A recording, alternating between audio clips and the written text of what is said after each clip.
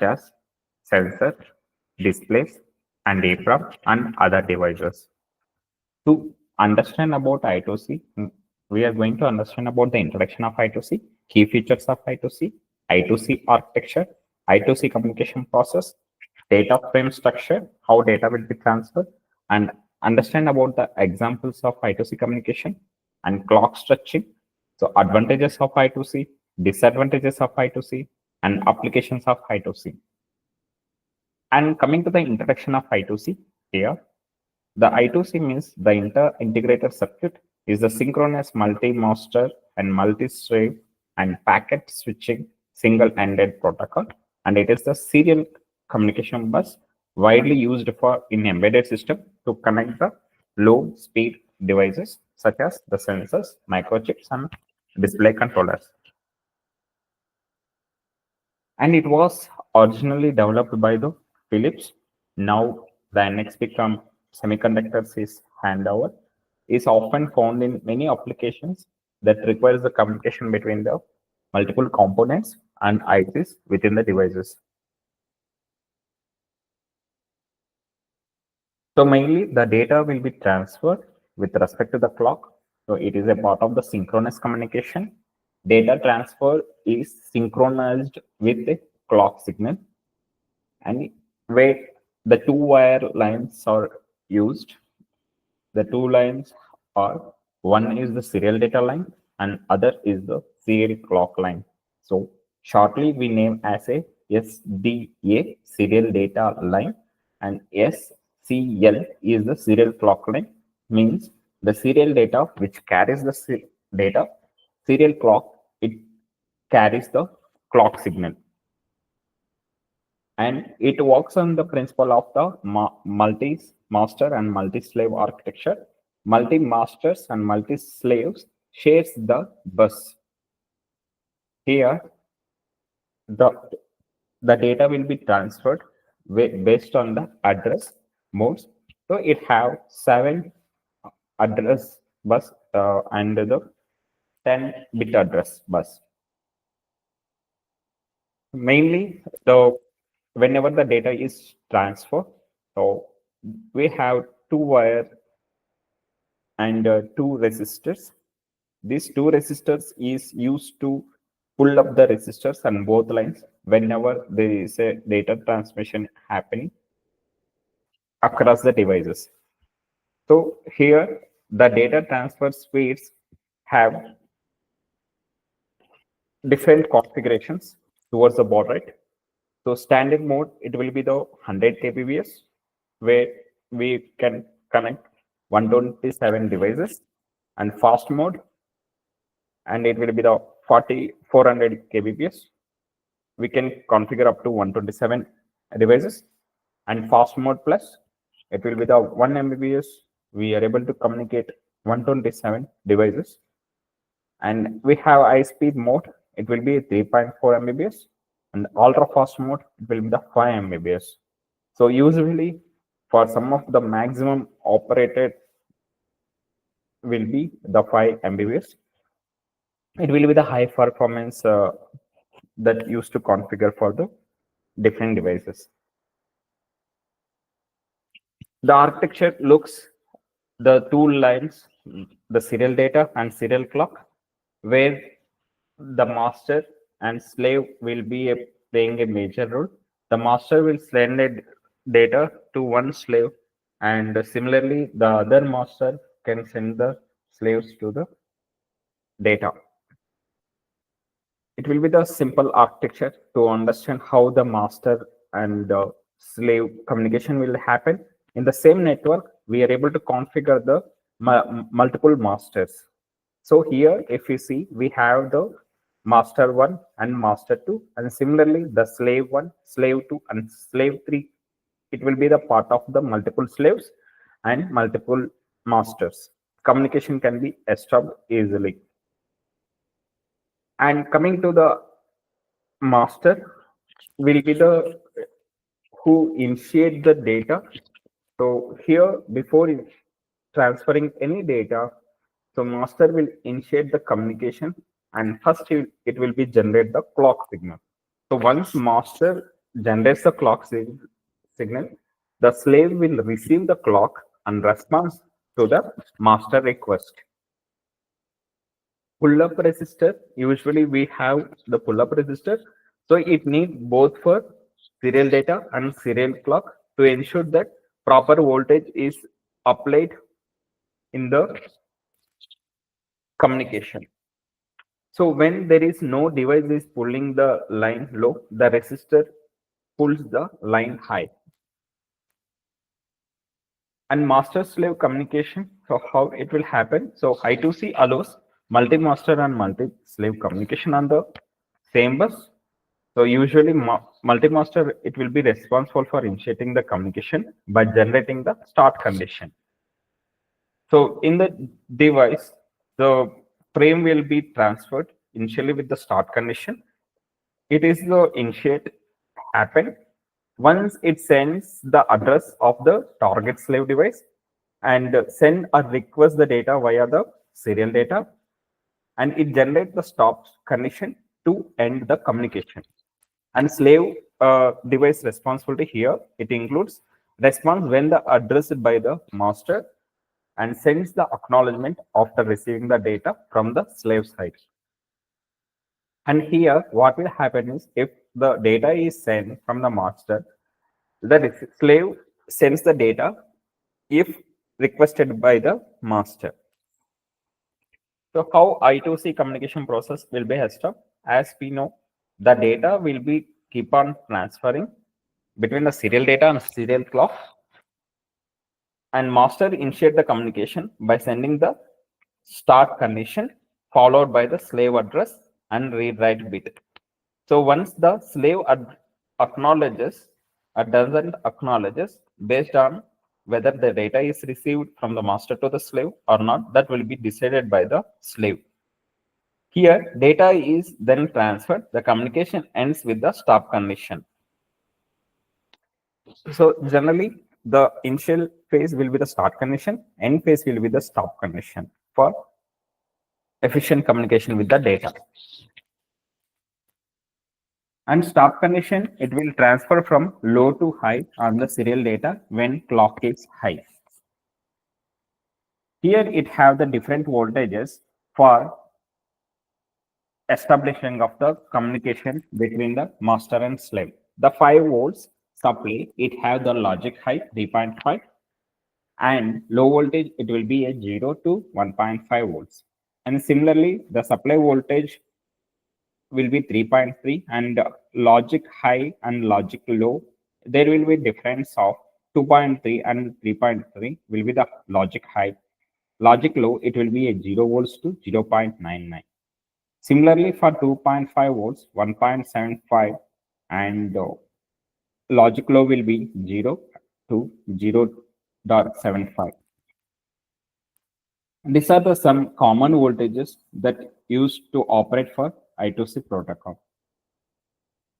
I2C, how this communication will be established between the master and slave, and based on the serial data and serial clock, the data will be transferred. But here, the data will be transferred in terms of message. So how the message will be transferred? Usually we know that there will be the start condition. Here, the start is always initiated by the master that pulls the serial data from high to low when serial clock is high. Next will be a part of a address frame to whom we need to send the data. The slave will be selected based on the address mode. It will be a 7-bit or 10-bit address mode followed with the read and write bits. And address, it have the acknowledge and not acknowledgement. It will be the slave acknowledged by pulling the serial data low. And the data which we supposed to send from master to the slave, it will be the 8 bits. So the data will be sent and we'll get the acknowledge of for the following data from the slaves. And completely the message will ends up with the stop condition Here, the master pulls the serial data high while serial clock remains high. So here we need to ensure that the clock signal from the start and stop condition, it follows the high, where serial data will be changed. Serial data in the start, it will be a 0, and stop condition, it will be a 1. So that's how the message data will be ended once if we transfer from master to the slave. As we know, from master to slave, the data will be selected based on the address modes. Here we follow 7-bit address modes. It will be configured up to 128 devices under the 7-bit addressing. And similarly, 10-bit addressing modes, we are able to configure up to 1024 devices. And data frame structure, so how data will be transferred. Similarly, we are going to understand in detail about the start condition when the master device pulls the serial data line low while serial clock remains high, as we know this. And similarly, the address frame, the master sends a 7-bit or 10-bit address of the slave followed by read-write bit information. So read-write here, 0 means master wants to write the data. And similarly, if it is a 1 means master want to read the data. And the acknowledge, after the address byte is transferred, the address slave responded by pulling the serial data low. Data transfer is depends upon the address which we used to select. If data transferred 8 bits at a time, the receiver, either the master or the slave, sends the acknowledgement after each byte receives. Stop condition, the master releases the serial data line from low to high while serial clock is high, signaling the end of the communication. So for communicating with the data, it will be a process that message should configure in such a way how the start condition and stop condition should be followed with respect to the clock. And this is the example of I2C configuration. Like as we discussed, the sensors, EEPROM and clock and other devices are configured to the common microcontroller. So to check the response of the sensors and the other devices. So here, to understand about the sensor, we can take as the temperature sensor.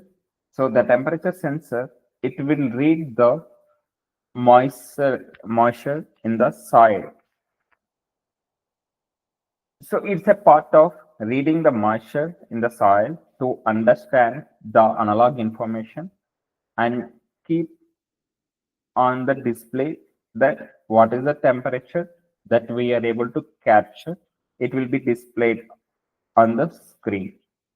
Here, the start condition, the master sends the start signal and slave address write bit. The master sends the 7-bit address of temperature sensor followed by the write byte. So the slave acknowledges the address and data. The master sends a command saying that the request the temperature, and the slave acknowledges the data byte. And here we have the stop condition. The master sends a stop signal. In case of any read operation, the master could send the address with a read byte for each and every command.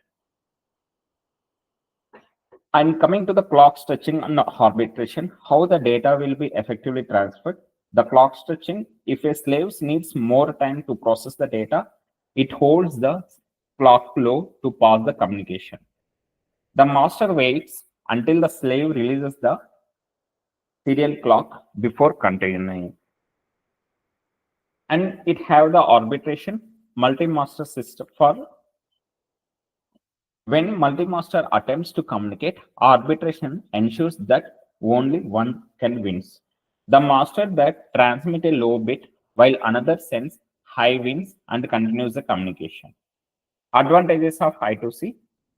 Here, it will be the part of a simple wiring when coming to the devices, and it follows the multi-master and multi-slave communication, supports the complex system, and widely supports on large number of devices, the peripheral devices we are able to configure. It's specific to the industries that we are able to operate. And disadvantages of I2C here, it is a slow speed compared to the other protocols, and it will be used for short distance applications.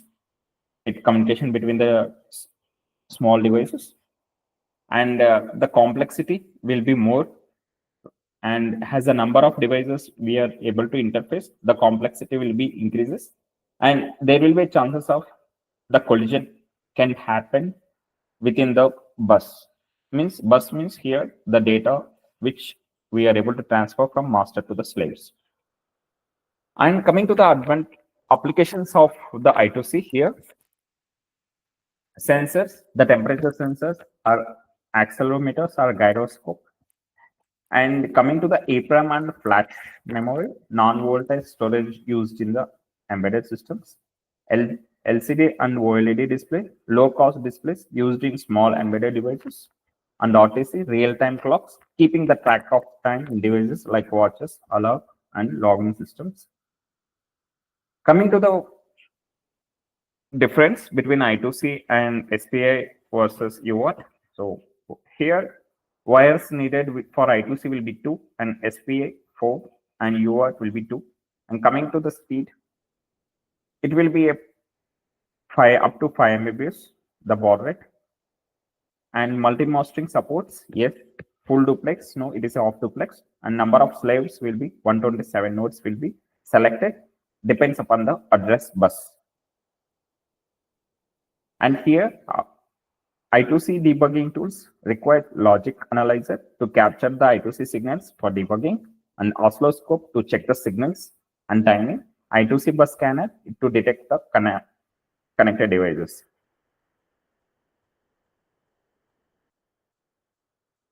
And I2C errors, how we are able to handle that? So with the help of clock structuring, used if the slave is too low, that and timeout mechanism to prevent the bus hangups. And bus recovery, a reset method is in case of errors. So this is a one advantage that I2C can be handled with respect to the errors. And coming to the coding, how we can implement the coding to communicate the master and slave for transferring the data. So here is a simple code where we are initializing the I2C as a master, and we are giving the address of the slave 0x20, and we are sending the data as a hello. So this is the data from the master I need to transfer to the slave. So here we are giving the slave address, but it will be bigger here because here initialized with the master, and we need, as we know, I2C, it will be transferred the data with respect to the address. So we are giving the slave address here, and once if we give the slave address, we'll get the data to the specific slave. And coming to the conclusion, I2C is a powerful and efficient protocol for communication between the multiple devices in the embedded system.